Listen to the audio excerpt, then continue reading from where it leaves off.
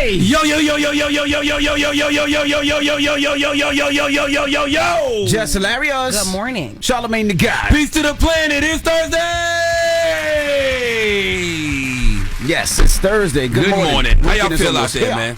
Feeling good. I feel blessed, black, and highly good. favored. Happy to be here another day to serve our beautiful listeners. Okay, here. You know. How many bundles is that? You know. First of all, I don't know. I get my wigs made. Talk that talk. Yeah, period. That's what you did yesterday? Got your hair done? No. This is the wig. I just, this is Shelly. I just put her. That's her name? Took her out the bag and, got her together and put her right on. Yo, I listened to Day 26 album. Yeah. It's all right. Really? It is really, really good. It's a lot of, potential hits on there. Okay, well, the they're reason going to why I be joining say us this potential morning. is because, they have 4 singles or whatever, but a lot of other songs have potential to be hit singles on there. It's crazy. I like it. They don't got no machine behind them, though. Who they signed to right now? They're independent. They're independent. Are independent. they? Yeah, they are independent. Yeah, so that means radio's not going to play them unless we do. We can do it this morning. They'll be here this morning. yeah, radio didn't play them before though, so They didn't? not really. I don't remember. Dang. I know they listen. I mean, I remember God, the TV dang. show, so I mean, Yeah.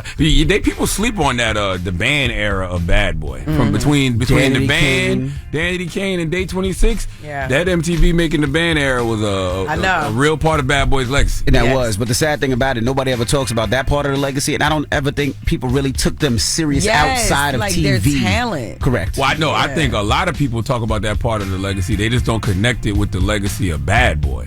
You know what I mean? Like when you talk about Bad Boy and you talk about the Biggies and the Bassies, You don't think of the Faith Evans and the 112. That's right. You don't think of You them. never talk But about that era was a hellified era for Bad Boy. Yeah. Yeah, absolutely. Well, Day 26 is going to be joining us this morning. They have a new album, like Jess said. It's called Day Ones. They're actually going to be performing in New York tonight. They're celebrating their 17th year anniversary as a group. That's why you got Shelly out. That's why you got the wig out. You First going of to all, the I got Day 26 show I got tonight. Shelly out because I got tired of them braids. Don't play with me. Oh. Whatever. You want to go see Mike and Q I'm definitely and about Brian to see Willie, and Robert Brian, and Willie. Q, all that. Yeah, what's up? They still look good too. Well, we're going to be chopping it up with them a little bit. And then we got front page news. Sad news. It's been all over the news. Oh, my God. Lord have mercy. Plane crash in D.C. I'm sure Morgan will break it down. I got so many questions, man. I just assume there's so many radars and there's so many ways to detect if there's other flying objects or flying crafts in the sky. And what the hell happening? No. We'll talk to Morgan when we come back. All right, so don't go anywhere. It's the Breakfast Club. Good morning. And all these hoes can fight. Morning, I everybody. wanna It's see. T. Every time I hear Glorilla say that line, I want to see. I want to see if all them hoes she would can fight for real. I just want to see it. Morning, the way she everybody. said, she just know they get down. I want to see it. We are the Breakfast Club. Good morning. Let's get in some front page news. All right. Good morning, Morgan. Good morning, Envy, Charlamagne, and Jess. Yes, Peace, we're dealing Morgan. with breaking news out of Washington, D.C., or the Washington, D.C. area, or as we call it here, the DMV. American Eagle Flight 5342 was making its final descent into Reagan Washington National Airport when it collided with a Sikorsky H-60 Black Hawk helicopter around 8:30 p.m. last night. 64 souls were on board the flight, including a crew of 4, and there were 3 souls aboard the Black Hawk helicopter. Now, reports say the plane broke into 2 pieces and dropped into about 7 feet of water into the Potomac River, while the helicopter was upside down in the water. Of course, search and rescue efforts continued throughout the night. Let's take a listen to air traffic control when the incident occurred. American 472, Arce, 1 star, 3217. Did you see that? Delta 32, sorry. I don't know if you caught earlier what happened, but there was a collision on the approach in the 33. We're going to be shutting down operations for the indefinite future if you want to go back to the gate. Yeah, we witnessed the whole thing. You need the information from us. Fire Command. The accident happened in the river. Both the helicopter and the plane crashed in the river. It's east of the approach end of runway 33. It was a CRJ and a helicopter that hit. Jesus Christ. Yeah, that flight was inbound from Wichita, Kansas, when the accident occurred.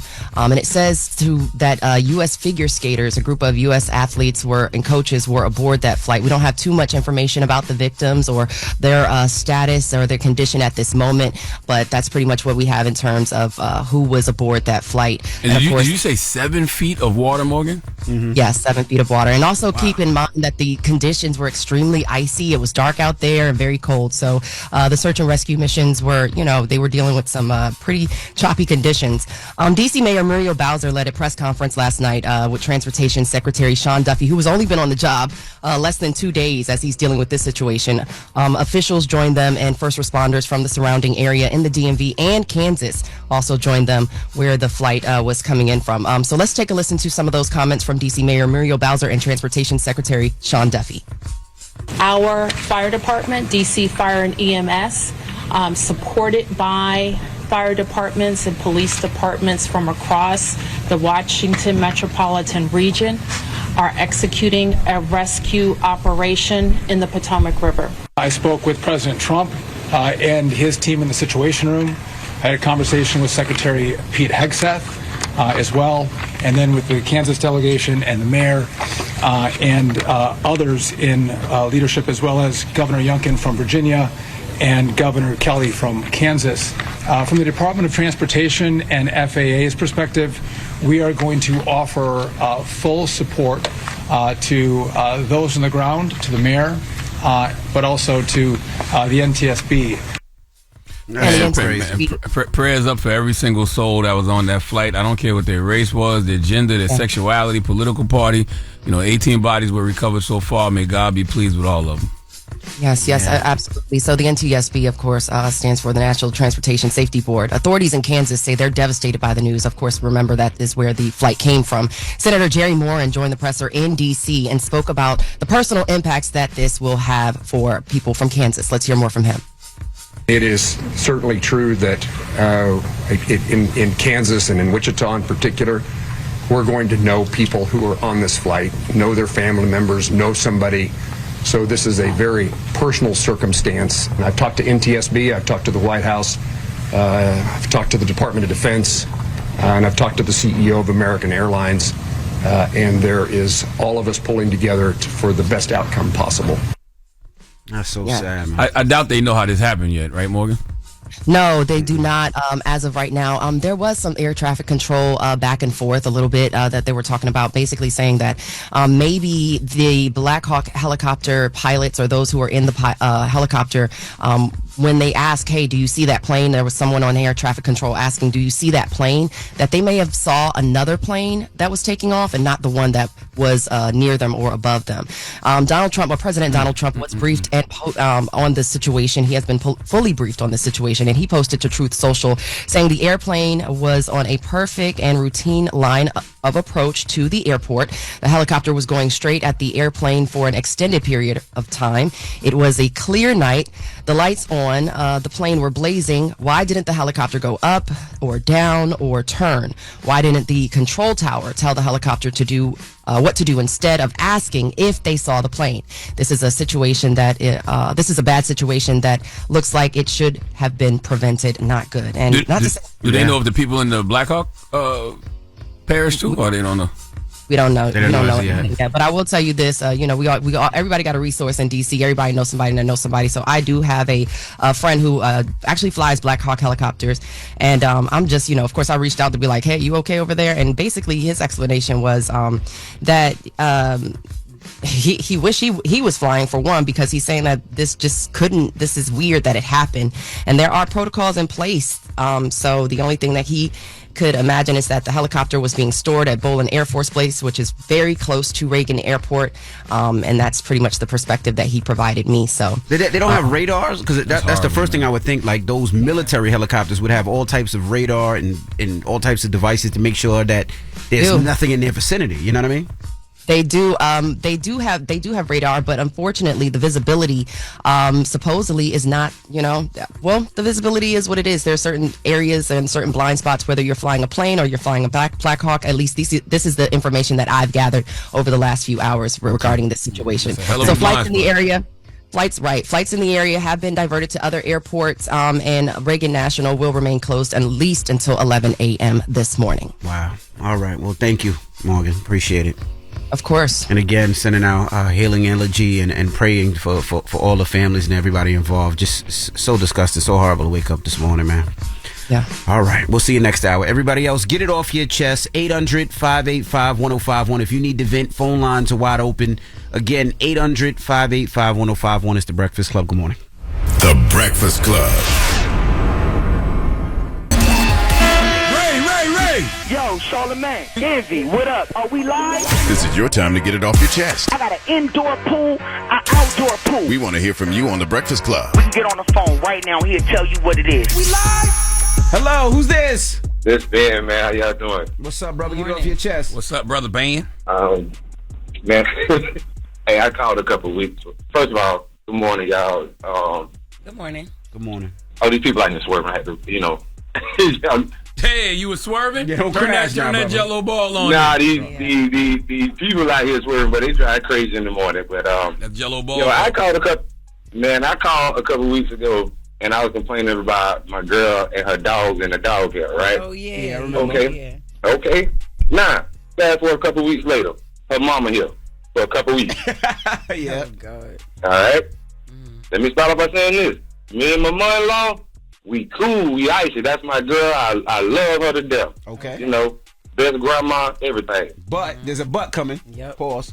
But me and her finna fall out. Wow. Bruh, she is letting these dogs run all around the house. Boy, them dogs, Okay, them dogs gonna be the death of you, bro. You gonna let them dogs hurt you all the way up. No, I'm gonna be the death of them dogs. They ain't gonna kill me. They ain't gonna get up out of here. Damn. Yo, I come home from work. As soon as I touch my door, who meeting me at the door? The dog. The dog. I go in the house.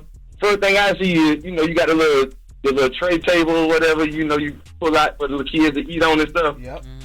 It's here all over the little table. I'm looking around now. This is my mother-in-law now. I can't say nothing to her. So I'm going to call and just vent to y'all. I'm going to talk to y'all just like, I'm going to say to y'all what I want to say. Hey, lady, I'm about to send you back to Puerto Rico. Because me and you cool, but you let these dogs run all around my house. My old lady already told you I don't like this. Like, listen, we cool, I love you, but put these goddamn dogs where they supposed to be at. In there behind the little doggy gate, and don't let them come out until I say so. Let them go in the backyard. You going, and you ain't never coming back. Are they chihuahuas? No, man, it's a American pit and a poodle. They gotta stay. Bro, you might as well just be at one with the dog, man. You might as well just cuddle the dog, pet the dog, and let the dog be your best friend, bro, at this point. Yeah. You can always tell your mother-in-law that ice on the way. You be like, look, man, they not playing. They knocking on doors. Is a state. They knocking on I don't doors. even play with that lady. My mother-in-law is a former federal agent. I don't even play with her like that. They don't know the difference. They said something. They knocking on doors. What you know what I'm saying? They don't know the difference. Some ice people don't know the difference. They knocking on doors. It's part of the U.S. Tell her just for her own safety, she might need to just go back to Puerto Rico before she get mixed up. I ain't even finna play with that lady talking about ice with her. She don't even like to see Trump on TV. Damn. All right, Ben. Well, good luck, brother. Y'all have a good one, man. All right. Get it off your chest. 800-585-1051. If you need to vent, hit us up now. It's The Breakfast Club. Good morning. The Breakfast Club.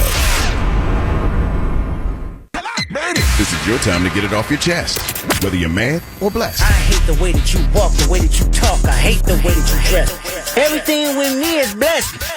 Call up now. 800-585-1051. Not just me. I'm what the culture feeling. Hello, who's this? Hey, this is Corey. Hey, Corey. Good morning. Get it off your chest, Corey. All right, so I'm not sure y'all remember me calling. I called about Queen Latifah like not too long ago. Yes, what happened? Did you find some information? No, you were supposed to find it. I know, I tried, but... Well, for people that don't know, Corey's a flight attendant. He called before. And he's from Baltimore. And he's from B-More. Him and Jess is cool. Yeah. Thank you. So the situation with the flight attendant situation, that flight that happened, it shook the whole industry. Mm-hmm. I want to call in, just be like, my heart go out to the whole family of everybody that was on that flight. Mm-hmm. Yeah. It also go out to the crew that was on that flight, because we are going to have to deal with something else tomorrow.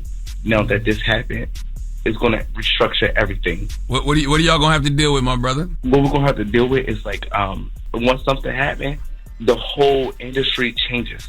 Mm-hmm. And the thing is, they train us to deal with certain stuff, but they don't train us to deal with that.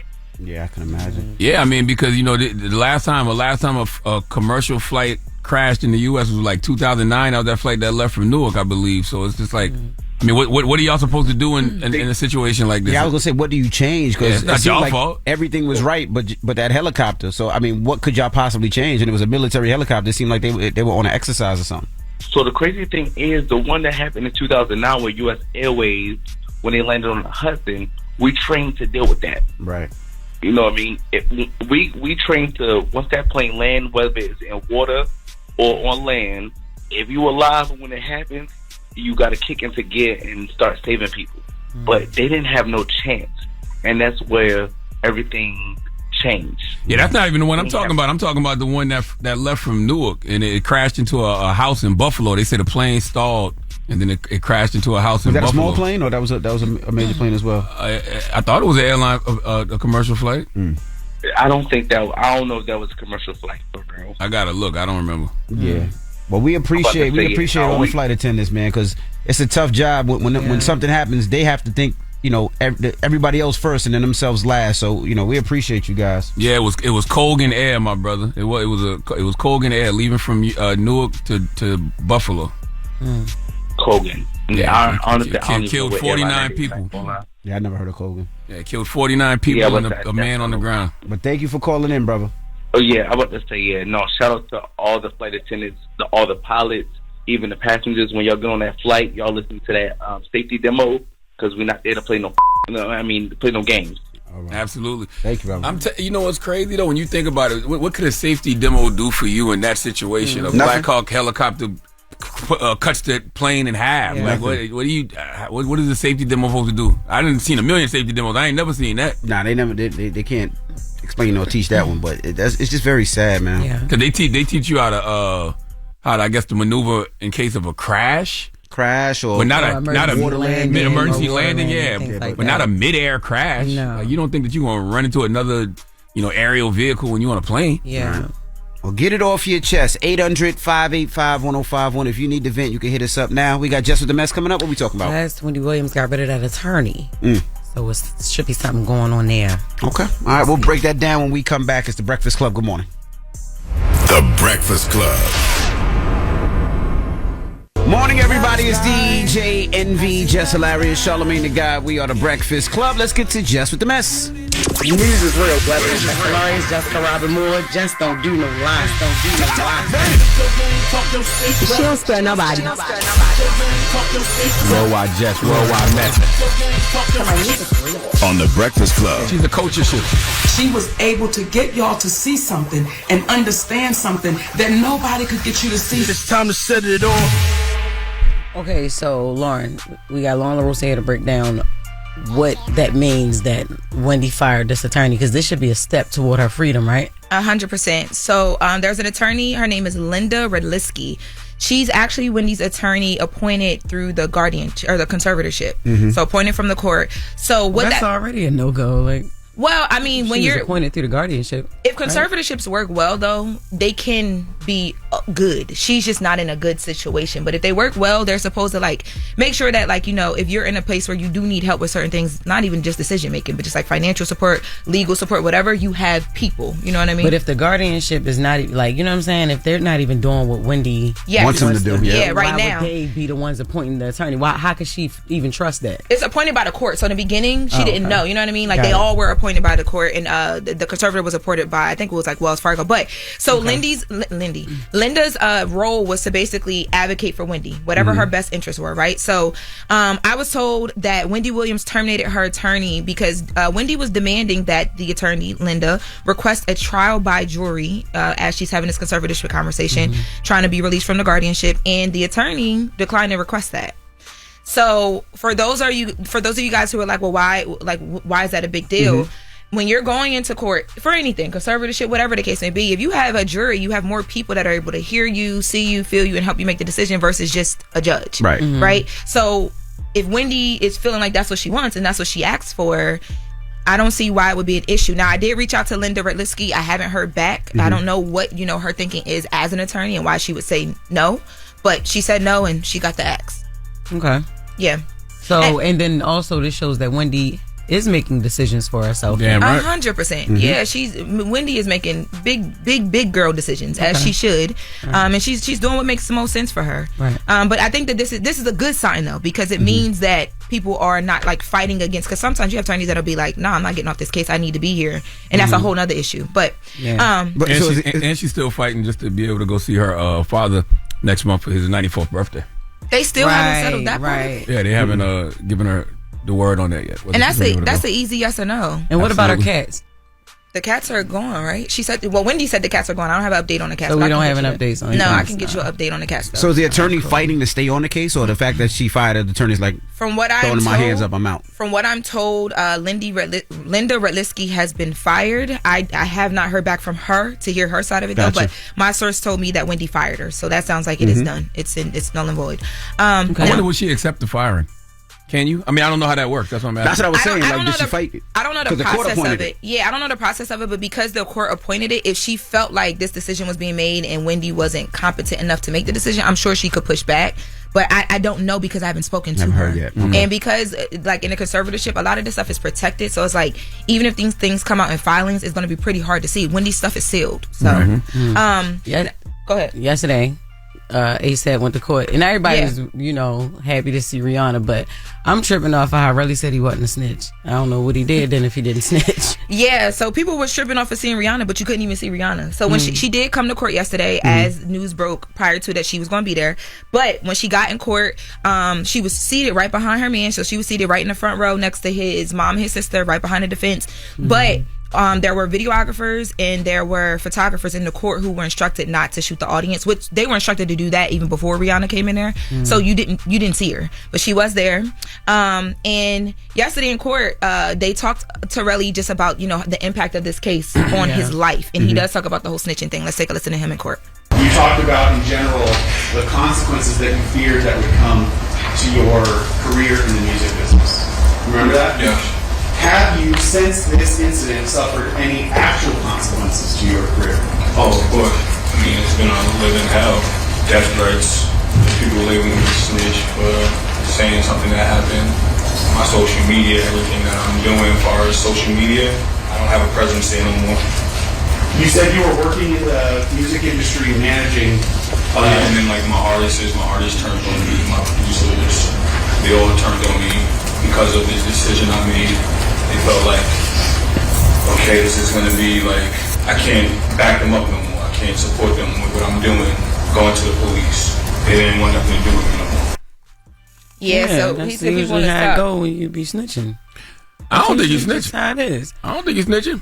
Why? Because he's He got shot, and he's telling people who allegedly shot him. Is he a street dude? I don't know him. I don't know. Is he a street dude? But that's the thing, I don't know. though. I don't know. But that's just what it is. I mean, we're gonna call a spade a spade. I mean, yeah, he's So if snitching, somebody but robbed stand you- doing it though. Yeah. Oh no, I'm absolutely snitching. Even if Me nobody too. robbed That's what me. I'm saying. I don't call that snitching. If I see somebody getting robbed, like you I'm a said, snitch. I don't know if he's a street dude. I don't know their relationship, but we civilians. I'm a law-abiding taxpaying civilians. citizen. Okay, 911. if somebody allegedly shoots me or shoots at me, I'm absolutely telling Yeah. them, giving a full You description. don't gotta say allegedly if somebody shoots you. 911, what's your emergency? Him. Yeah, that's it. Well, Relly, they actually had this conversation outside the court. Relly and one of the paparazzi that was outside the court. Let's take a listen to that.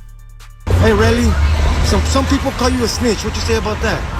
Snitch. Any comment on that? Would you be a snitch if somebody shot at you? Nah, I don't never snitch. Oh, shut up. Yes, you would. I bitch, shut up. I got a bullet in my leg right now. Where you at now, though? And I didn't snitch. I didn't snitch, though. Where you at? It sound like I just need to come get him. I bet she start telling this. She start telling on everybody when I come. Exactly. Relly mad enough, you're gonna start telling on somebody else. Not But just the they- fact that he asked the guy, all right, would you snitch if something happened to you? He's saying, yeah, I snitched. So Right. what? I mean, my friend could have killed me, basically. So yeah, I said something. I'm just saying, stand on it. Don't say I ain't snitch. No, you did. I mean, it is what it is. I'm telling you. I am a see something, say something ass nigga. You hear me? Okay. But does he has 2 warrants in Jersey. I read that yesterday, right? Did he have 2 outstanding warrants? Yeah, it's like a traffic warrant. Oh, traffic. Is he street? Yeah, so- Lauren? Like, is he a Is it street be dude? snitching? I don't don't know Impy nothing about Relly. Jeff, Impy just snitched. Oh God! No, that's a report that I read on the news. What are you talking about? Yeah, I don't know. I don't know enough about him to know if he's a street guy or not. Honestly, I prefer not to know too much about that. I think what he said made perfect sense to me. If somebody shot at you allegedly or shot you, wouldn't you tell? That's just common sense to me. But hey, I'm not in the street, so it depends. Like if we fighting and we both street dudes, then you can't. But if you're a civilian, absolutely all day. See something, say something. It's in Jersey, just to mention, it's warrants for driving without a license and careless driving. Oh, that's not. Yeah, it's nothing. But I think it's just coming up because now he's on the stand and stuff like that. And to my point, remember, I was like, people gonna want to know what Rihanna was wearing. They were tweeting the court reporters like, what is she wearing? What is she wearing? Because you couldn't see her. She didn't walk in the court though. They didn't catch her walking in the court. She wore an orange jumpsuit. No, she had on. Even in video of you have video of ASAP arriving. I don't know. You don't see her. I didn't see her. You know she why? had on a black shirt and glasses. Because it's not important that she's there. Her husband could be going to jail. Rihanna for a long time. And her outfit mattered. No, listen, hush. This is not a Travis. No, Lauren. No. Just listen. Just please hush. This is not a Taylor Swift football game situation. You don't remember this man is going to jail. I'm with you. I'm not worried about. Y'all don't remember when Cardi was pulling up to the court and they was talking about the outfits? No, I don't remember. Because she was on trial. No, she was on trial. Outfits always matter. But she was on trial. Outfits always matter, y'all. I can't wait till you catch a body. I ain't catch a body. Let's see. Are you going to be worrying about if you get it? Well, nah. You know damn well Lauren ain't gonna have no significant other coming to court. She's not gonna be worried about it. You better hope you don't catch nothing because I'm telling everything. You ain't gonna tell before I do. And I'm coming looking fly. You ain't gonna tell before I do. Okay.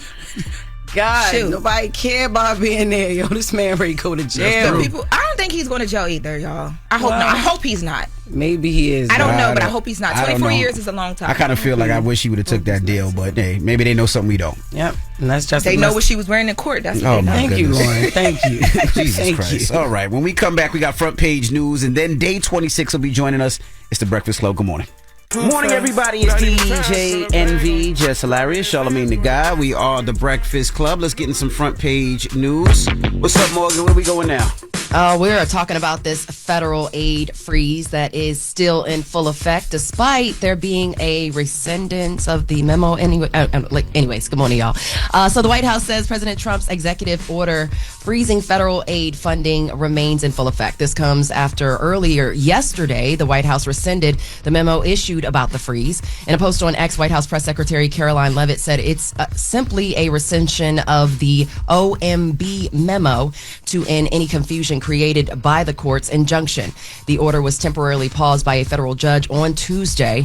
In a memo, the Office of Management and Budget said the order that paused all activities connected to the disbursement of federal financial assistance has been rescinded. Trump spoke about that order at the White House on Wednesday. Let's hear those comments from him. There was a short-term pause or funding freeze on certain discretionary spending payments, such as government grants, only for us to quickly look at the scams, dishonesty, waste, and abuse that's taken place in our government for too long. Social Security, Medicare, Medicaid have not been affected by any action we're taking in any way, shape, or form. We are merely looking at parts of the big bureaucracy where there has been tremendous waste and fraud and abuse. So New York Senator Kirsten Gillibrand, she responded to the freeze with President Trump's federal funding freeze on federal grants and loans. Now, the senator says that several stakeholders are at risk of disrupted services if funding is lost, which includes money for education, along with local police and fire departments. Let's hear from New York Senator Kirsten Gillibrand. They literally do not have the authority to do this. This is against the Constitution. It is unconstitutional and it is illegal. It is a massive power grab, and we're going to fight back on behalf of our constituents who are the ones who are going to suffer. Literally a takeover of an entire arm of the federal government. It is not Trump's responsibility to allocate and decide where money is spent. That is Congress's sole purview. They do not have the power of the purse. Congress does. I just want y'all to know that Trump's whole presidency is going to be a constitutional crisis. And, this freeze happened without vetting by key officials in the White House. He's never going to go through the proper checks and balances. No. Ever. And it's going to come a point where the Constitution, and I said this yesterday when Ashley was here, the Constitution is going to mean as much as this paper that I'm holding in my hand. All right, well, moving on, President Trump's pick to lead the Department of Health and Human Services. He was on Capitol Hill this week for confirmation hearings. Robert F. Kennedy Jr., he's pushing back against claims that he wants to ban certain foods as well as vaccines. He says he isn't anti-vaccine, he's pro-safety. Kennedy was interrupted at least twice by protesters as he spoke and received criticism from Democrats and others on his views on vaccines. He spoke about President Trump's love for McDonald's.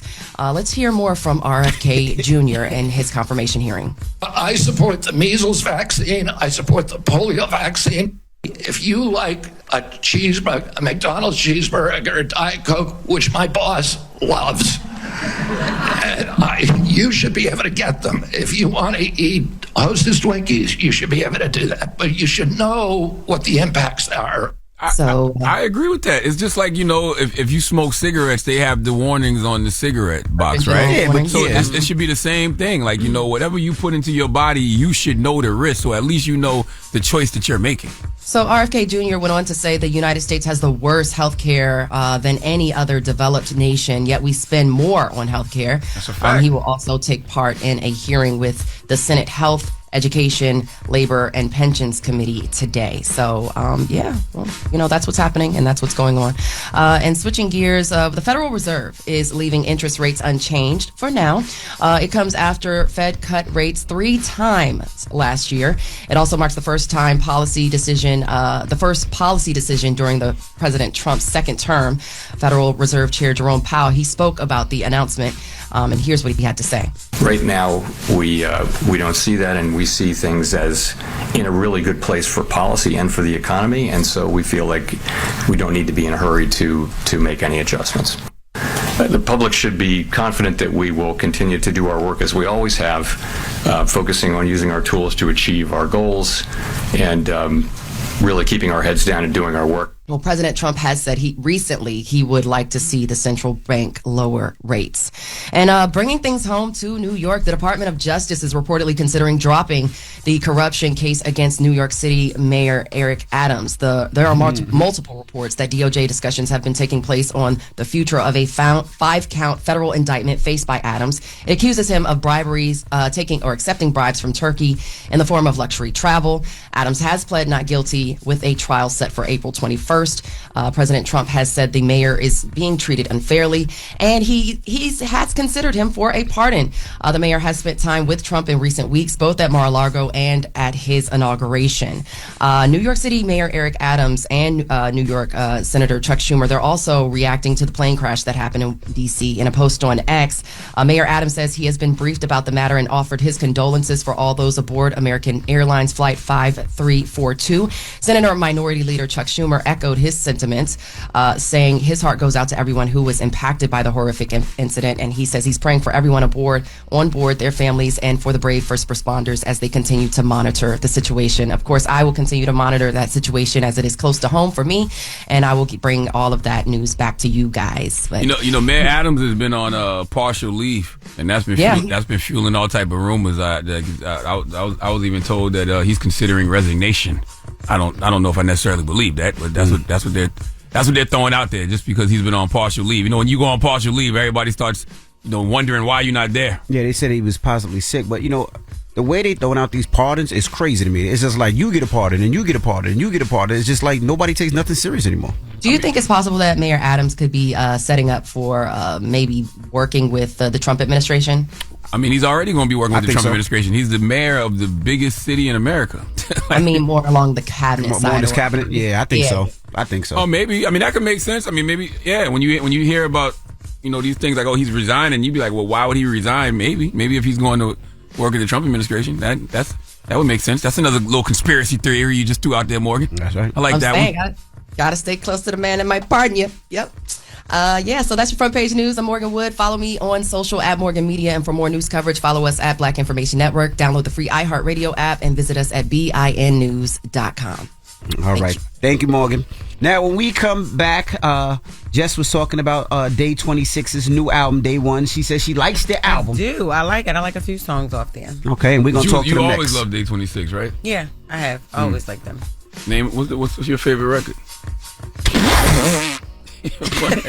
What you mean, like of all time, or just from this? Just in general. I was thinking their from the first new album was a classic. Oh, word. Yeah. Okay. So what's the name of it? Day 26. When we come back, don't go anywhere. Is the Breakfast Club. Good morning. The Breakfast Club. Morning, everybody. It's DJ NV, Jess Hilarious, Charlamagne the Guy. We are the Breakfast Club. We got some special guests in the building. Yes, indeed. They got a new album out right now called Day 1. Ladies and gentlemen, Day 26. Yo, what's up? What's up? What's up, fellas? How y'all feeling? Good to be here. Good, man. Blessed. Good. How y'all brothers doing, man? Y'all ain't come up here just to talk about Diddy, did you? Nah, hell no. We don't want to talk about him at all. Okay. All right. I'm just saying, everybody. I'm just saying. That's what a lot of former bad boy artists are doing now. Okay. New album, Day 1. Yeah. Talk about 26. There you go. What's kept y'all together all of these years? Just as a collective? I would say like the grind that you saw making the band of us even being created as a group. Like that was serious. Like we really walked to get cheesecake. We really stood outside in the cold and put our all into this. So we take that serious everywhere we go. You know, like, and none of y'all never thought about like just walking home. Like, you know what? Okay. But I can say y'all really wanted it. But like nobody ever said like tell the truth. None of y'all. Well, through the years, group members fell off and came back and things of that nature. So we had the hills and the valleys of groups, but at the same time, I think the passion behind us and the thing that we really trying to accomplish out here is what keeps us going. You know, I mean, we really like to be in front of the fans. We like to just create the new music and be in front of them all the time. So. I don't remember him making y'all walk for cheesecake. I remember the band. I don't remember we walked all the worse than the band. They only had to go to Brooklyn. We had to walk go to all of across the George Washington Bridge and all. I swear I don't remember that. Damn. Yeah, it was crazy. It was bull. Never should have happened. Yeah.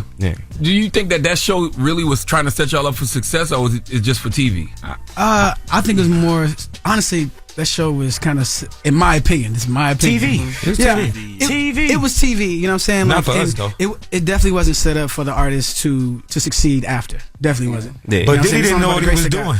He know what he was doing. He put us. It was only by the grace of God that like we were able to still maintain and still be here and still do music and not just do music but still do amazing music. Y'all heard it all? No, not yet. No, we didn't. Man. Jess, come on. No, y'all like R&B though, right? Yes. I thought we was here, Jess. Real R&B. I'm telling you, yes, I am here. I'm gonna listen. You have to. Today. Thank you. Yes. I've heard some records, and I heard one in the bathroom just now. When I walked in the bathroom, somebody was playing it in the stall. I'm dead ass. I was like, why are they playing Day 26 in the stall? No, it wasn't me. It was my cousin in here. Somebody was playing a new album, and they were in the stall. And he was talking. He's like, I need some music while I'm in here. But you said that you feel like TV was made for you guys not to succeed. Why do you feel that way? I mean, just the way the whole thing was like set up, like even from the contract, you know what I'm saying, the way it was structured. When the cameras were gone, it was like, all right, guys, it was nice knowing you. You know what I'm saying? Like, yeah, we had to really go in and fight for our next deal like we wasn't already signed. You know what I'm saying? We literally had to have people like B Cox and that really cared about us. And what's his name that we Troy did? Taylor. Troy Taylor. It took people like that to go to the label. Like, what are y'all doing, bro? Y'all got the hottest R&B group in the world here, and y'all won't do nothing with them, you know? And so that's what it took for us to even get in the door to do another project. They wasn't worried about us like that. It was for what it was for. That's you for know? TV. They looked at it for TV. Yeah, they thought about it for it like that. But you got people who've been grinding their whole life at certain things. So it wasn't just a start at a TV show. Exactly. It was things that, I was 10 years in writing and stuff like that. I was signed to Wyclef at the time. And I was at Music World, with Beyonce's father for years. So we was already in the game. It was created to make it look like he gave us we learned everything we knew from this situation and everything, but it wasn't true. We was vets in the game. We had to get bought out of our contract. Some of us to be in this situation. Why would y'all do some of the things? Because if y'all were already in the industry, right? I understand for people this was their first time signing, and why would y'all do some of the things that they made y'all do? If y'all were there, like you were signed before, y'all were already, your foot was in the door. Why would y'all do some of the stuff that I feel was like, I don't want to say degrading, but a little degrading, like walk 5 boroughs boroughs across the George Washington Bridge, go get cheesecake. Like, and y'all know it wasn't part of the industry. That was just part of the TV. show. Right. I think at that point it's just, you got your foot in, but you ain't all the way where you want to go. And you see somebody who's a musical mogul who can possibly take this thing and take it somewhere else. So you be like, all right, cool, I'll go and take that chance. I think that was more of a chance, and we just took it. You know what I mean? And then for some of us, like me, I always wanted to be signed to Bad Boy. So that was a big thing for me. Like, no matter the deals that I had before that or the deal I was currently in, that's a position that I always wanted to be in. I didn't know what it was before I got into it. But that's where when I moved to the United States, Bad Boy was the first R&B hip hop that I even knew or heard of. So it had that kind of influence. And when you got that kind of influence on somebody, especially at a young age, you know what I'm saying? Like, so it's like going after something that you've been going after all your life, and it being right there, you might do some things that you wouldn't normally do. I wonder, did people take y'all serious? Because y'all had talent, that was obvious. But then there was also the antics of the TV show. And I always think about that one scene where y'all was singing y'all ass off. And Diddy was like, yeah, but y'all got to get naked. So like that tone, that when it wasn't perfect, but it was naked, you know, I'm not saying to do all your joints like that, but when it's real, it don't really matter. I'd rather get the emotion. So y'all gotta get naked. You know what I'm saying? What? It is. It's a million things that Diddy say at that time that now it's horrible. It didn't age well. We went back to watch the clip, and you forget how hard y'all was singing. What? And how good they sounded. You just remember the naked part, but I'm like, yo, they actually sounded really, like, really what? good. And ain't nobody singing like that now. Like, that's what also makes it so viral too. Like, y'all wasn't in no studio. It wasn't nothing, no touches on y'all voice, no nothing. Y'all were really singing like Boys the Men. And they told y'all to get naked even after that. You know what? Your face was so funny when he said that. Your face was so funny when he said it, dog. I got that clip the other day. I didn't get it, but I mean, I'm thinking he was meaning, like, you know what I'm saying, you gotta be vulnerable while singing, right? At that time, so but it aged wrong. I interpreted I mean, it's just not aging well. Let's just put it That's true. No, it ain't. Especially with the new allegations or whatever things are. But did that make people take y'all less serious, though? Definitely. We had a hard time breaking into radio because people really thought it was just a gimmick for TV, and we had the #1 album in the country and couldn't get radio play because people was literally like, oh, we ain't think y'all need that, like y'all from you know what I'm saying, TV. And it was crazy because the people really didn't give us the chance for us musically because of it. They was like, yo, y'all coming to places and people coming to see y'all and y'all selling things out, but y'all don't have a record that was pushing. It was more from the TV success. That DJs and nobody would really give us that full play, like, yo, it's real dope stuff, you know what I mean? But we just wasn't getting it just because of the TV show and what they thought we already had, you know what I mean? All right, we got more with Day 26 when we come back. Don't move. It's the Breakfast Club. Good morning. Morning, everybody. It's DJ Envy, Jess Hilarious, Charlamagne the Guy. We are the Breakfast Club. We're still kicking it with Day 26. Now, what happened to your Bad Boy deal? Because you were still, like you said, still having #1 records and everything. So why did it just... So Diddy went through some stuff, I guess, with Atlantic, and we were a joint venture between Atlantic and Bad Boy. And whatever they went through at the time, Atlantic took us from Bad Boy. Okay, so Atlantic kept y'all in. Yeah, exactly. And we weren't able to move forward, whatever that situation was with Bad Boy, because we had to stay with Atlantic. And when y'all with Atlantic, did they believe like they should have? They believed and we worked, and then Brian decided to, do some things that made us lose the situation. Look, Because they like to look. I'm gonna tell y'all something. We like to tell the truth. Nah, y'all like to fabricate a whole lot, man. I'm gonna be real with y'all, man. Like, look, Brian is the bad guy, and I'm cool with that. You know what I'm saying? If stuff ain't right to me, man, I'm gonna point it out, and I'm gonna point it out, and I'm gonna point it out, and if nothing is being done about it, then I'm just gonna remove myself from that situation. So what happened, Brian? And I had to step away because it just wasn't. What wasn't right? Wasn't right. Just some business. Well, it just wasn't you should right have warned the crew, bro. Yeah. So you just stepped away and tell everybody. You just the next day. No, that's not. No, that's not necessarily true. I did not leave. We was on a radio promo. Hold on. No. See, y'all said it trying to make me have the better. Now's your time, Brian. Now's your time to clear the record. Okay, allow me to talk. No, basically, man, like I wasn't exactly pleased with the management at the time, and I just sent a letter of direction to the company. Atlantic. I basically let them know, hey, I had new management, so if there's any business as far as Day 26 is concerned, please direct any business as far as Brian is concerned to this person, which is Michael Moosewin. And I don't know what happened after that. From my understanding, I seen you as a new artist, solo artist on A1 Records. That's what I saw. So you was a solo. No. I got the solo.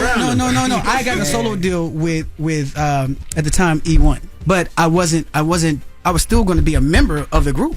I just got a deal as a solo artist. There's nothing wrong with that. But Brian, did you tell the rest of the group? No. Did you tell the label that? No. Did you just not show up? Knew I was working. We didn't know that. We found that out when the tour was over. Jesus. So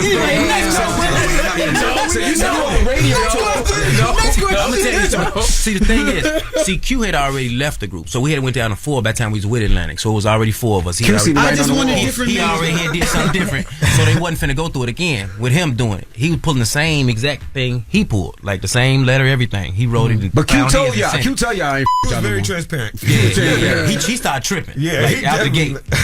different vehicles and everything. Yes, he was just because I wasn't messing with management. Exactly. See, same thing. I got my own management. So against the group. Yeah. That's why Diddy should have never told y'all was better than Jodeci. Y'all got a promo tour. Y'all do a radio tour. He just don't show up. We had dropped the record "Made Love Lately," which was our first single without Q. We was in the video, getting busy and everything. We was getting ready to go on our radio promo tour. We was number 1 most added at the time. Hold on, before you continue. Let me finish. Okay, go ahead. And then I think we supposed to leave on like that Monday to start in Detroit. No, in Ohio. Okay. Columbus, Ohio. Boom, he got it. Yeah, they remember. Yeah, because it was real. I had my bags packed. That's how I'm like, hey, my bags packed. And they're like, y'all, you sitting down? Yeah, Atlantic just dropped y'all. What? Just like that. I'm gonna tell you why. Atlantic ended up signing TGT, and it was a situation where they're pretty much the same type of group. Not really. No, not at all, man. It was all you, Brian. It was all you, Brian. It was nothing about TGT. What is at the time? TGT, Tyrese, Genuine, and Tank Bryan. There's a lot of false equivalencies happening in this room today. Hey man, just admit it. At the time, you was going through some things, and you did some things. I wanted different management. But that's what happens when it's a group, like, you feel me? Because you can't make decisions, because you making decisions for yourself, but the whole time it's 4 other people to fend for and to take an account. And when you bring somebody like a TGT in, they're going to say, all right, we giving all, especially back then, we're going to give all our resources to these more established artists. Who have made it individually. That's right. So then they come together for a group. And that's exactly what happened, but obviously they want to put it off on me. So you know what, guys, I'll take that. No bow. So who called Brian after? Because I know one of y'all called him like my talked to him we couldn't talk to him. Long time. So how did y'all finally talk? That was our... At the time, that was everything. Our bag, we was back in. After we thought the label wasn't paying attention, we then went to Atlanta and recorded this bomb album. And we were just ready to kick the door in a way that wasn't for making the band. You know, for people could take us serious. Fight, we Brian. were finally in that position. Fight, Brian. Don't let them do you like this. No, don't let them do you like this. I don't mean physics. I mean fight for your credibility. No. I'll tell you this. Why would I shoot a music video? Why would I go to 106 in Park and premiere the video with guys and everything and not plan on being a member because you didn't know what your actions was going to lead to, bro. You just did something. So basically, I'm supposed to just sit around. Hey, next question. It wasn't intentional. You didn't mean to do it. I just wanted my business handled. There we go. I gotta respect that, B. Bro. Are you the youngest? You the baby? The eldest. Are you the what? Oldest? Oh my God! Why did you leave? Why did I leave? Why did you leave initially? Well, if you watch Making the Band for like the last season, you saw that I was like tripping about management. I remember that business. So that's why when we went to Atlantic, I was like, "Oh, he's still involved?" No. Who the manager at the time? Okay. Who was the manager? I don't remember. His name was. Yeah. No, now you want to be the oldest.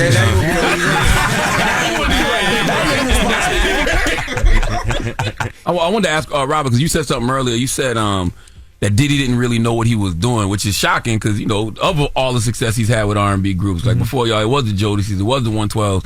What you mean when you said you didn't know what he was doing? Well, I just think it was more. I think it was more divine. I think God had more to do with it. I believe He knows good talent. He know how to put it together. I just don't think He thought He was putting together that all these years later, whether He's involved or not, no matter how much we've been kicked down or that we still gonna overcome. You know, from these 5 different places in the world, that already put a big wedge between us to be able to be successful, be able to get rehearsals in and stuff like that. So I just don't think he really knew. I don't think he was really in control. That's just my spiritual opinion. Right. You know, I think you that. know what I hate, you guys? I hate a passionate person that doesn't have a good work ethic. And I think we're all passionate and have great work ethic, and I think that keep us together too. Yeah, So you think Diddy don't have a good work ethic? Is that what you're saying? Like, no, I think he meant as far as other groups and people that can't keep it together and things like that. Artists, got you. Sometimes they have the passion, but they don't know how to put the work in behind it. You know, they don't want to get up early in the morning, or I don't know, they just don't want to put the work in behind it. When Brian left the group, well, you didn't even have the option, but did you think about replacing him? We know our fans wouldn't have that. Yeah, that's what we felt. We just felt like with them watching us grow on TV and come together, it had just been hard to be like, yeah, and here's this new guy. Yeah, he ain't get no cheesecake. I feel like that's what they're going to do. And we watched a lot of other groups try that, and it failed. But no, Audition did great with it when they put Johnny in. Yeah, but that's Johnny Gill. Look, added somebody. They didn't lose nobody to add him. They just added an addition to. They didn't get rid of one of the people. Bobby left. We watched a lot of other groups like Destiny's Child. Yeah, that worked for them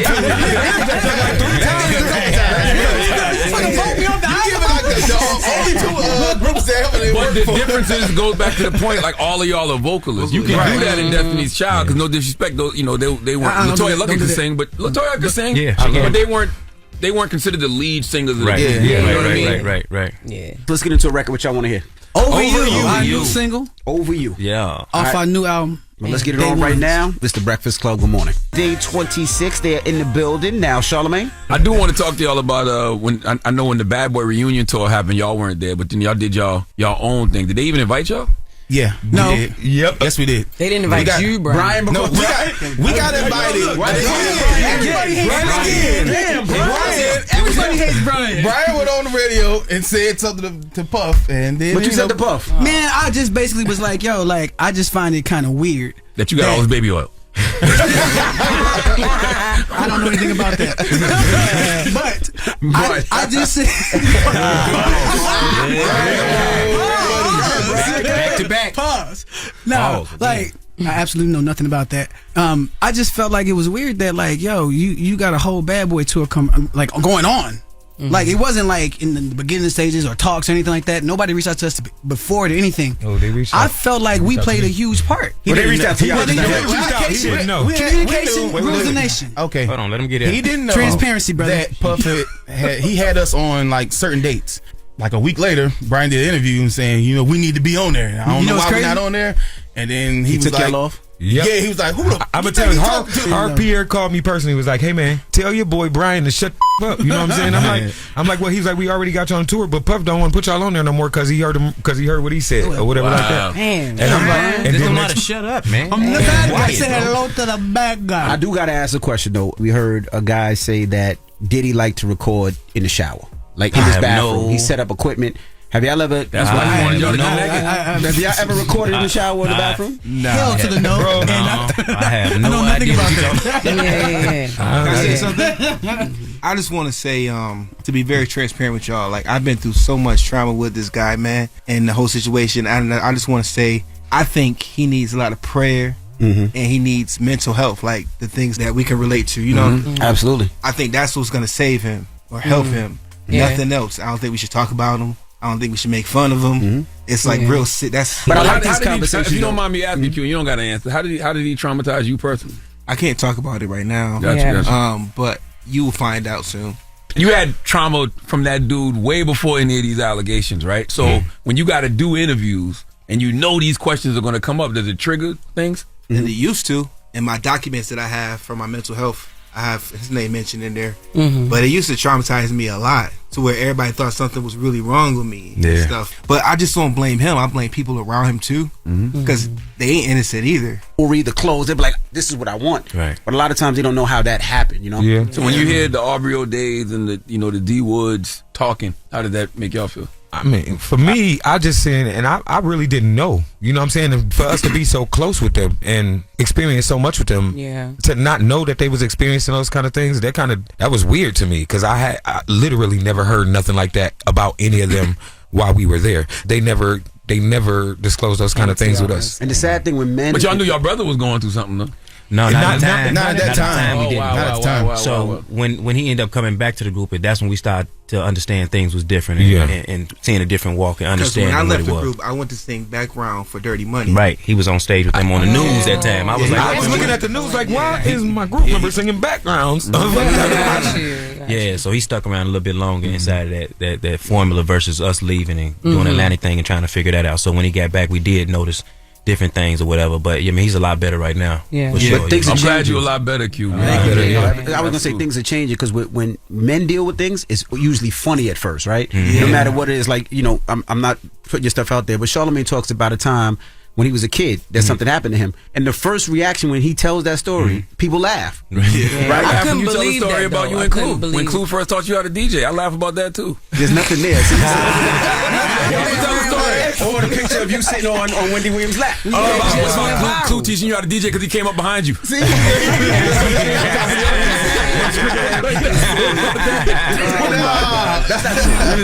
this is a good segue to ask you all about freak-offs. You ever been to any? No, sir. Man. No. Okay. No, sir. Yeah, no. I'm gonna be honest, man. Yeah, nah. Never. No.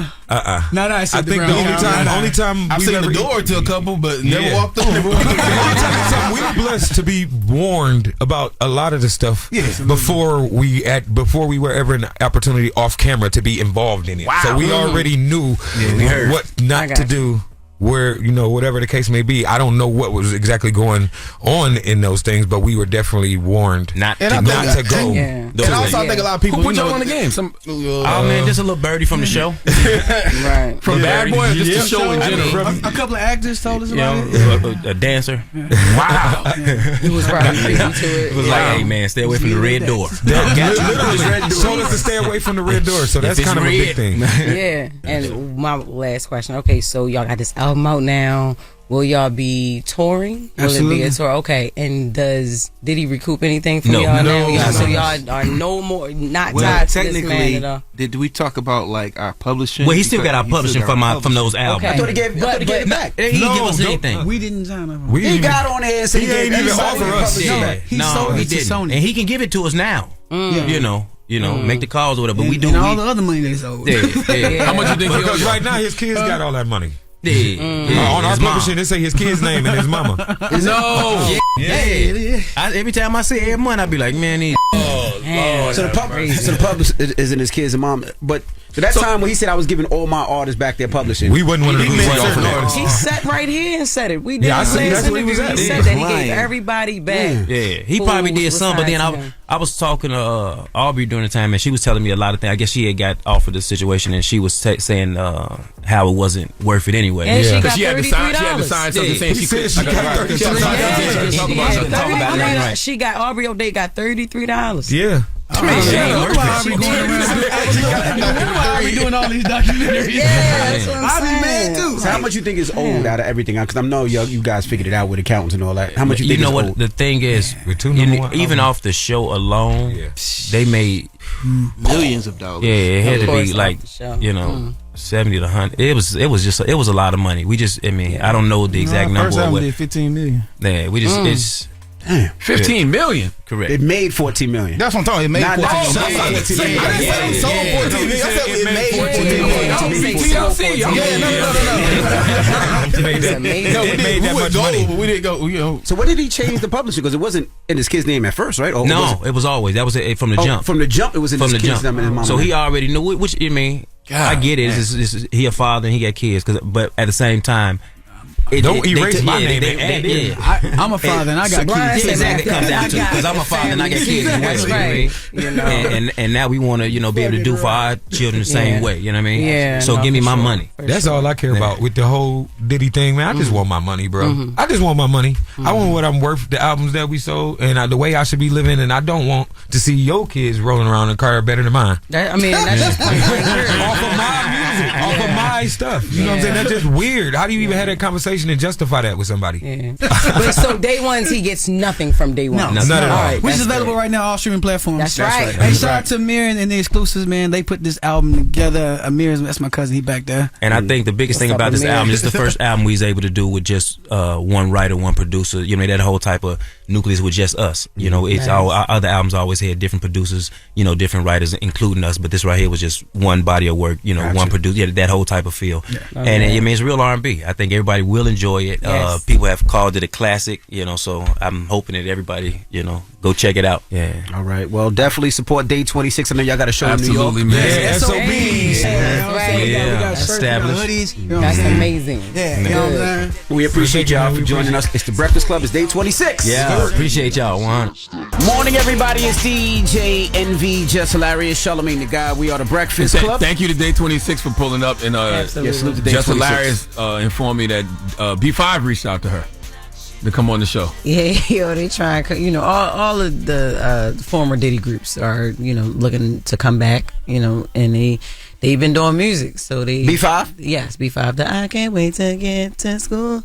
Them. Yes. That was B5? That wasn't that was New Edition. Hold on. That was New Edition. They must have did It was a very New Edition type of song. Yeah, they redid it. Yeah, so they've been working on their music, and they look like they haven't aged a bit, and they, you know, they back out. You know, so they trying to come up and, you know, get their music out there. Like Day 26. Oh, they doing your podcast? No. Oh, they will come back doing to meet y'all. No. Oh, okay. They want to meet y'all and give y'all this new music that they got because it's hot fire. Word, salute. Yeah. Okay. They probably ducking ice right now, though. B5? All five of them. All 5 of them. Yes. Let's get to Jess with the Mess, man. News is real, brother. Jess Hilarious, Jessica Robin Moore. Just don't do no lies. Don't do no lies. She don't spare nobody. Worldwide Jess, worldwide Mack. On the Breakfast Club. She's a culture shifter. She was able to get y'all to see something and understand something that nobody could get you to see. It's time to set it off. Lauren, I know you got something real quick that you got that you want to get to with the Illinois mayor, but we have an update from the story from this morning from the DC flight. Yes, the plane crash. So just an update. There are more than 30 bodies that have been recovered from the water after the disaster in the air that happened at near Reagan National Airport. Yeah. In total, there were 60 passengers and 4 crew members on board. And there's a massive search and recovery effort that is still underway in the cold water in the river. Lord have mercy. Yeah, God bless those souls and their families. Mm-hmm. Okay, so the mayor from Illinois. Yeah, so what's going on? Because they got into it. I heard they squabbled up. Oh, yes. So Dalton, Illinois' mayor, her name is Tiffany Henyard. Take the ass off of Illinois. Illinois. Yeah. Dalton, Illinois. I'm glad you caught that, Jess. Yeah, I got you. Yeah. She got the mommy Take the ass off. They be up here trying to tell you to read, but you know what you're talking about. Don't say that no more, because you the one reading. Now, go ahead. The Illinois mayor, her name is Tiffany Henyard. She had to get busy with her boyfriend because she was at a board of trustee meeting, and one of the community activists in the audience stood up and had some words for her. Let's take a listen to the activist. Your restaurant was deemed nasty. Since you sold for women, I already knew about the way you handled Fania. But for you to sit up here and disparage that woman after giving her that fake ass congratulations in the beginning because you thought you was going to get what you wanted, I want to educate you. Wiedemann is a 20-year employee, and ain't none of her business ventures ever failed. On top of that, she serves as a chief of staff, and she didn't her way to the top. She served as a temporary interim executive director for the Dalton Park District until she stepped aside to help her daughter become something you'll never be, which is a married woman. Wow.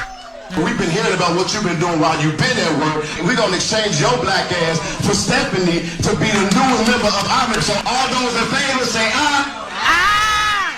Now that's a town hall meeting. That sounds like Wags. I think that was Wags the richest. Damn. You know what that is? That's social media versus real life. That's crazy. Because I don't know if anything that man was saying is true, but you may get that off on Facebook. But you talk like that in real life in front of somebody, that's exactly what's going to happen. You're going to get some hands put on you. Yeah, so basically, so she was, Tiffany was trying to respond to what he was saying, but like you could see her trying to like hit the mic, but like nothing happened. And then the guy who was the community activist that was speaking, he like turns around and he's going to his seat, and then there's another man that comes up and they exchange words real quick, and then they just everybody just starts going. Like they start throwing punches. And the man is her husband. It's her right? boyfriend. Her boyfriend. And right.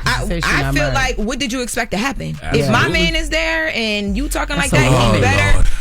You ain't got no man. But when I get one, messed up the whole story. when I get one, if y'all talking to me like that, if you want to, matter of fact, I can't wait to bring him up here to meet you, Charlamagne. It's not gonna happen. It will happen. And you jumping in? I'm not. You mind your light skin business? I'm fighting him right now. Girl, Put him up. Go, baby. You see nobody. The baby didn't have security. So police did respond and try and break it up, but I don't think that it was a board of trustee meeting where they were deciding on some stuff with another business in the community, and just like community stuff, I don't think maybe she thought it would be this tense. She's the mayor though. Yes, you know what I'm saying. Police did respond and break it up. Now, I will say though, the stuff that he said about Mayor Lightfoot and the report and the investigation into her, there was an investigation into this mayor that the former Mayor Lightfoot did. It was about like her allegedly misusing funds and stuff like that. So it seems like this is a woman that the community ain't really feeling in general. So what mayor don't misuse funds? I mean, that's just a real question. I mean, like, which one don't? Show me one that don't. Well, attorney, the Mayor Hinyard's attorney said, in the face of endless false accusations and outright lies about the mayor, it is not unsurprising that violence erupted. Like, basically, in the social media age, things go unchecked and people go unchecked. Right. And that's right. This shows you what happens when false information or, other information is put out there by people. He's saying what Mayor Lightfoot was saying about the report is false, and when things are put out there and people use it, you put people in danger. You can tell how he was talking, like he was saying things like to get the oohs and the ahs from the crowd. Yeah. And like I said, like, you can get that off on Facebook. Right. I'm sitting there, and my people sitting here, and you think I'm just gonna let you get that off? Yo, he called her B. And he called her B. He called her B. He ended it like B is done. And it's like, I know her man was like, I ain't gotta be her husband to whoop your ass. Like, I'm still her boyfriend. That's right. I know that's right. Like, what you go, talking babe. about? And you got to do that to distract from the fact I may not marry you for real. So let me go ahead. To avoid that discussion at home, let me start a fight. Imagine that. So fast. Imagine that conversation last night at home. Anyway, thank you, Lauren. You're welcome. All right, that's Jess with the Mess. Charlamagne, who you giving that donkey to? Man, let's talk about somebody who going to hell. Now, I don't know if I necessarily believe in hell because I don't know nobody that been to come back to tell me it exists. Right. But if there is one, this person is going. He need to come to the front of the congregation. We need to have a word with him. All right. And then after that, Jess Fix My Mess. So if you have relationship problems or any type of problems and you need some advice, you can call Jess right now. Get on those phone lines. 1-800-585-1051. It's The Breakfast Club. Good morning. Your execution on the donkey of the day is something to behold. Is it a read? He gave me donkey of the day and I deserve it. People need to know. Well, you need to tell them. I am. You have the voice. Tell them. Tell them. It's time for Donkey of the Day. It's a read, but you're so good at it. You trying to be a fake ass Charlamagne. There's only one Charlamagne to go. Damn, Charlamagne. Who you giving donkey of the day to now? Well, Sexy Red. Donkey of the day for Thursday, January 30th. Goes to a 37-year-old Raleigh, North Carolina man named Carl Bennett. Let me tell you something. I don't know if hell is real. Okay, but if it is, God needs to let us get a little peek at it, all right? Just a little trailer or something. Folks need a brief glimpse of where they possibly going if they don't stop with the foolishness they're doing, because there's no doubt in my mind that Carl Bennett is going to hell. See, there's a lot of alphabet boys in America that folks are scared of. You got the IRS, the FBI, the CIA, the DEA, the LGBTQ+, and now ICE. No, not the kind of ice you're going to want when you are burning in eternal hellfire. Turn my instrumental up, right? Okay. Yes. Okay. Not the kind of ice you're going to want when you are burning in eternal hellfire. I'm talking about the U.S. Immigrations and Custom Enforcement Agency, okay? Donald Trump promised mass deportations, and they may not have reached critical mass yet, but they deporting, damn it. Okay, it's Trump immigration raids happening all over America. They running up in houses, jobs, restaurants, your butt. Oh, hide your kids, hide your wife. Ice Baby is deporting everybody out here. And people like Carl Bennett are feasting on that fear, taking advantage of the anxiety that this current moment brings. You got to think, it's people not going to work because they're scared ICE might pick them up. Some migrant families say they are keeping their kids home from schools out of fear, out of the fear that ICE may show up. And people like Carl Bennett are feasting on that fear. Let's go to WRAL News to see why Carl Bennett is going to hell. New tonight, a suspect is in jail accused of kidnapping and raping a woman and faking ties to immigration and customs enforcement. Raleigh police say Carl Bennett threatened to deport the victim if she didn't take part in sexual acts with him. WRAL's Aaron Thomas is live in Raleigh tonight where the crime took place. Aaron, what are you learning from law enforcement? This Motel 6, located on Appliance Court in Raleigh, the site of a reported rape on Sunday.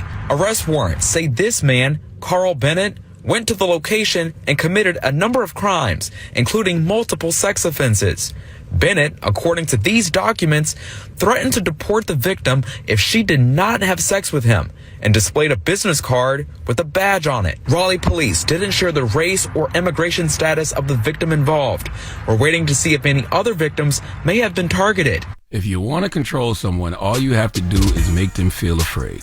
Carl Bennett is going to have a VIP section in hell with bottle service. Satan himself is going to come get him at the door and walk him to his section.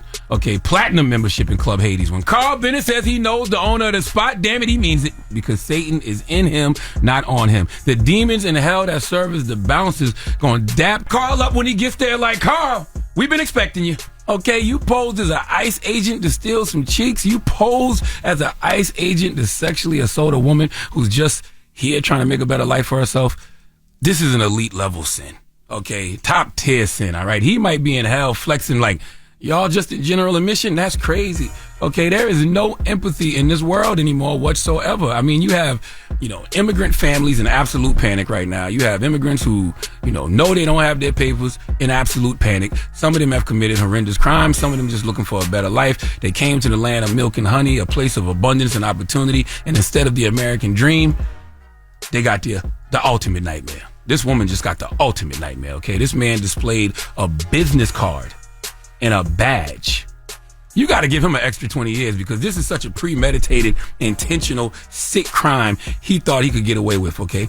He thought he could get away with this because this country don't give a damn about illegal immigrants. And he knows that, so he used this opportunity to take advantage of this woman in a terrible way. And I'm going to tell you something, all ICE agents out there, you should be appalled at this crime. You should condemn this crime because the reason Carl was able to get this off was because people aren't surprised that an ICE agent would act this way because people believe ICE agents act in inappropriate ways to get information out of people. You got to prove them wrong. I understand you all got a job to do, but you have to let people know you would never do your job like this. When I hear stories like Carl Bennett, I be wanting to ask a Christian, are you sure God forgives all sins through Jesus Christ as long as the sinner repents and trusts God? Are you sure? Okay? I don't know, man.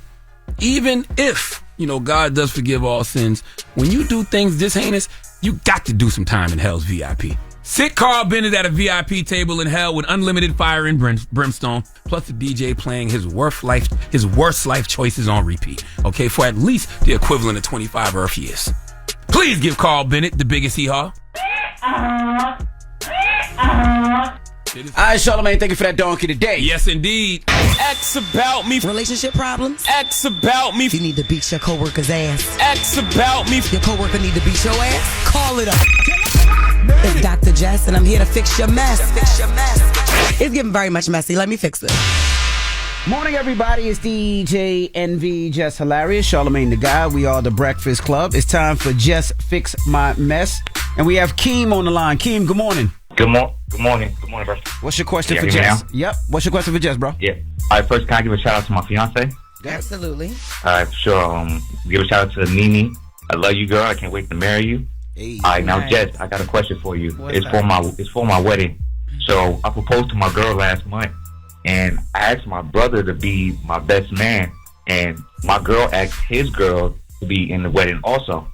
But since she's not the maid of honor, he decided not to be my best man because he's saying that he don't want nobody to walk with his girl. Now, I kind of get it because that's his girl, but, I'm like, dang, that's my brother, though. I would expect for you to be able to be my best man. So I'm just wondering, like, should I be tripping about that? Should I take him out the wedding? Should I even not even make him a groomsman? Like, I mean, you most definitely, like that, you most definitely should feel some type of way. I mean, that's petty as hell. Like, he not, because his girlfriend can't walk down the aisle with him, he's like reconsidering being in the wedding. Like, are you serious? Yeah, I mean, he ain't reconsider being in a wedding, but he's just saying that he'd rather not have the best man role. Wow. And I ain't gonna lie, like, yeah. So, I mean, I'm not gonna lie, though, like, they match, and I get it, because his girl ain't ugly. So, especially with the weddings, from what I'm seeing and learning, people be feeling a certain type of way when people be walking down the aisle. So I kind of get it, but I'm like, this has nothing to do with him or his girlfriend. You are getting married to your fiance. This is your wedding. So nobody really worried about him and his girl anyway. You know what I'm saying? Like, y'all can have all the time together at the reception or after you and your wife say, I do. It's about you and the fact that he's willing to exchange that role. And, you know, like, he's willing to give up the role of the best man. You know what I'm saying? Like, you don't got another brother or a best friend to get at too? Like, you wanted your brother to have that. Yeah, I do. I mean, I was technically going to have two, which is one is my best friend, but then the other was going to be my brother. But, well, look like your brother's priorities is not in the right spot. It's not really, obviously, his top priority is not supporting his brother, or he wouldn't really care, you know what I'm saying? He wouldn't give two F's about not being able to walk down with his girl. You get what I'm saying? Like, nah, that's petty, and you definitely should feel some type of way. I wouldn't let it get me too down. But you know what? You may just have to have your best friend. I'm still going to keep doing it. Yeah, absolutely. You may just have to have your best friend as your best man, and you know what I mean? Let your brother go ahead and just be another groomsman of some sort. All right, for sure. Yeah, for sure. Don't let nothing mess up that day. And congratulations. Thank you. I appreciate that. Yeah. Have a good one, brother. Hello, who's this? It's Michelle, Jess. Hey, Jess, I love you so much. Hey, girl, I love you too. What's up? Okay, so, Jess, I've been with this guy for 7 years. I want to call things off. You want to what? I want to call it off. Okay. So every time I call it off and just try to push back, he do something to make me feel like I need to stay, but it's not helping. It's not going anywhere. Okay, well, what is the problem? Why are you calling it off? He's the problem. He goes out with his friend all the time. We used to be like hanging out with each other like all the time, but he goes out with his friend who doesn't have a woman. He needs one real bad. And also like he just do what he want to do at times. Okay, so do you not trust him? Is it infidelity? Like, has he ever cheated? Do you think he's cheating? I don't trust him. It is a lot of women that be after him. Okay. I think that's probably it too. But it's like you put yourself out there with your single friends for women to come after you like that. Okay, because I was about to say, it's not about women are after him.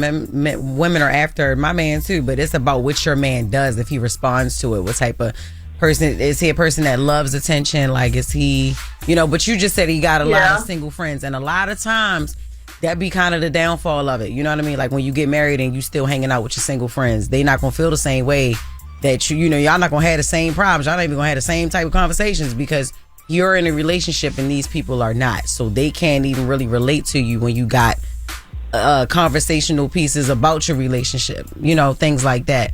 Have you sat down and talked to him about it? Like, I feel like you act single when you around your friends, and I don't know, I'm just not feeling it. Like, I do. His friend was married at one point, and he got a divorce. And you rarely seen them, like, hang out. But now, out of a sudden, when the divorce is final and he be around a lot of women, it's just like his behind is, like, included with it. So, have you ever caught him doing something, or are you just a little insecure? You're just a little scared. No, I literally caught him talking to a female, and he is as if, oh, that's my military friend. Like, extra stuff. Well, look, you keep trying to break it off, but you saying he's doing things to make you stay. What are those things? I mean, because at the end of the day, if you still feeling the same way that you're feeling right now, nothing that he can do. There's nothing that he can do that can prolong this. I mean, because you're wasting your time. You don't trust him. At the end of the day, it don't matter what he do. I'm wasting my time. Yeah, so you know what to do. When I pull away, like, he'll come back here, like, spend all his time with me, spend days with me. Does he live with you? Like the repeating cycle. Does he live with you? Are you doing something for him? Like what? Well, yeah, we do a lot for each other. Okay. But no, we don't stay together. We used to stay together. I ended up moving out, so it was like you know, we're gonna try it this way. Yeah. But it's not going anywhere for me. It's not benefit. But it's not. But I'm gonna tell you what the problem is, and then I'm gonna let you go because I already know you know what to do. The problem is you're allowing this because you keep saying you're trying to break up with him. It's either you leave him or you stay. You are staying, and with hopes that he will change. And he really had no consequences for real because he know he can do something to reel you back in and continue to keep you where he wants you at. You know, not saying he don't love you, but he's in a comfortable situation. You know, you make all these threats about leaving, but you ain't going nowhere. So you got to go somewhere. You got to go. Really got to leave. Okay, thank you, Jess. No problem, girl. Good luck, mama. That's what happened when you let him hit raw and he blowing that bunkie. Jess Fix My Mess. Everything's about bunkie. Everything. But that's what it is. 800-585-1051. You feel that breeze. If you need Jess to fix your mess. You want that breeze back. All right, call her now. It's the Breakfast Club. Good morning. Tell her, baby. It's the real deal. Help me. Help me. Oh my God. I'm all up in your mess. I'ma fix it. Fix it. Fix it. Fix it. Just gon' fix your mess, cause my advice is real. Morning, everybody. It's DJ NV, Jess Hilarious, Charlamagne the Guy. We are the Breakfast Club. We're in the middle of Jess Fix My Mess. Hello, who's this? Yo, what's good? Good morning, it's Chris. Chris, what's up? What's your question for Jess? I want to know, like, when you dating a female, how long before y'all should make it official? Say it one more time. When you dating a female, when y'all dating, y'all just dating, figuring each other out. How long? How many months? Or how long should y'all take before y'all take it official? Like, I've been going back and forth telling her I think it should be a whole year because I need to see her through all the seasons. Right. You gotta get to know her before you fully commit. Yeah. Okay. Yeah, but she a lot of, when I had this debate, they thinking when it's good, oh, you a good guy, let's just jump right into this. I'm like, you don't even know how I'm gonna act when I'm mad. You don't even know how I'm gonna act when I'm stressed. Yeah. You know what I'm saying? So when I say a year or whatever, they thinking that this is just because I want to just weigh my options, but it's not the case. I just need to see how you are. I love where you're coming from. It's crazy. It's a shame that she has gone through things in previous relationships that has her thinking like that's a default setting. Like when a guy says that, oh, he trying to weigh his options. Like when he could really be just trying to get to know you because he has done this before in previous relationships or previous dealings with another woman and it hasn't gone right. Into relationship.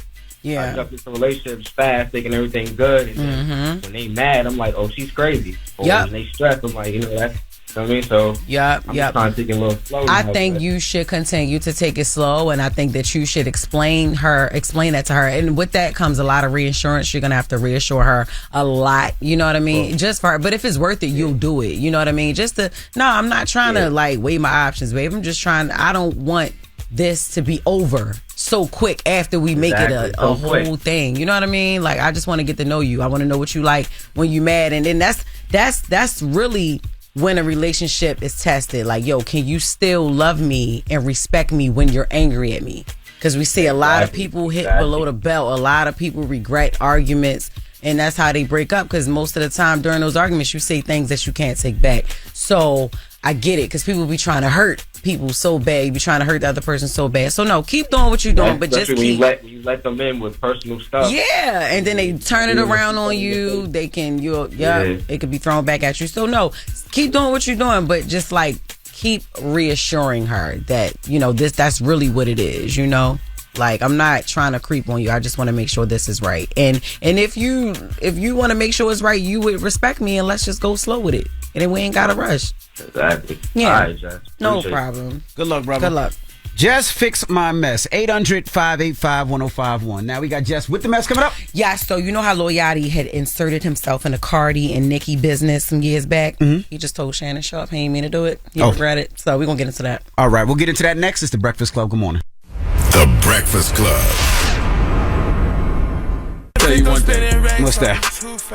We don't talk about how working mothers be having to bust their ass enough. Cause boy, just you being here yawning your ass off. Yes. And you got children. Yes. People need to understand that. I know. Okay. I was just realizing they act like you're not a working mother that be waking up at 3 in the morning. Yes. Coming in here with Shirley on. 20 bundles. Shelly, excuse me. Shelly. It's not I'm 20 sorry. bundles. Shirley. Don't play Custom with me. made wigs, makeup on, edges laid, and raising a newborn. Excuse me. You know what I mean? And a teenager. Yes. Okay.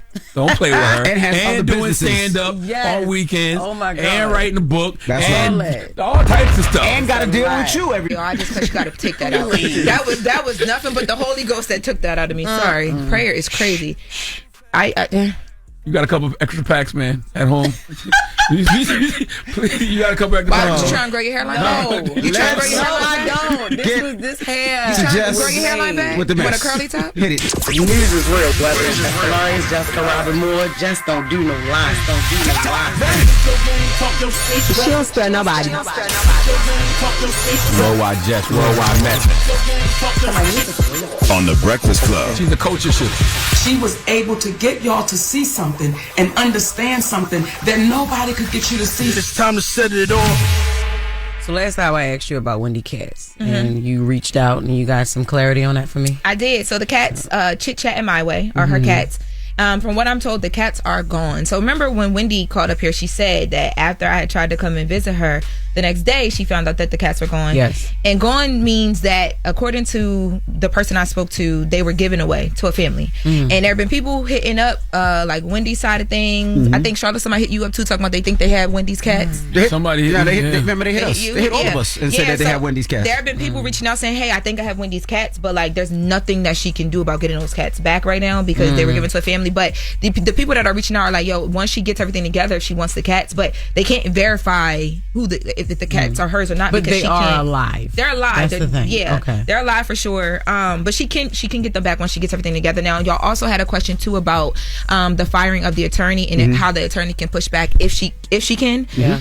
So from what I'm told is that this is really going to be left up to a judge. So what will happen is the firing is done on Wendy's end. So Wendy has already came out and said, no, I don't want you. Now it goes to a judge, and the judge is going to say, okay, Wendy, I want to know why Wendy Williams thinks that she doesn't need this court-appointed attorney. The judge will listen to Wendy, and then if the attorney is fired by the judge at that point, then Wendy will be able to say, hey, I have a lawyer that I think I want to bring in.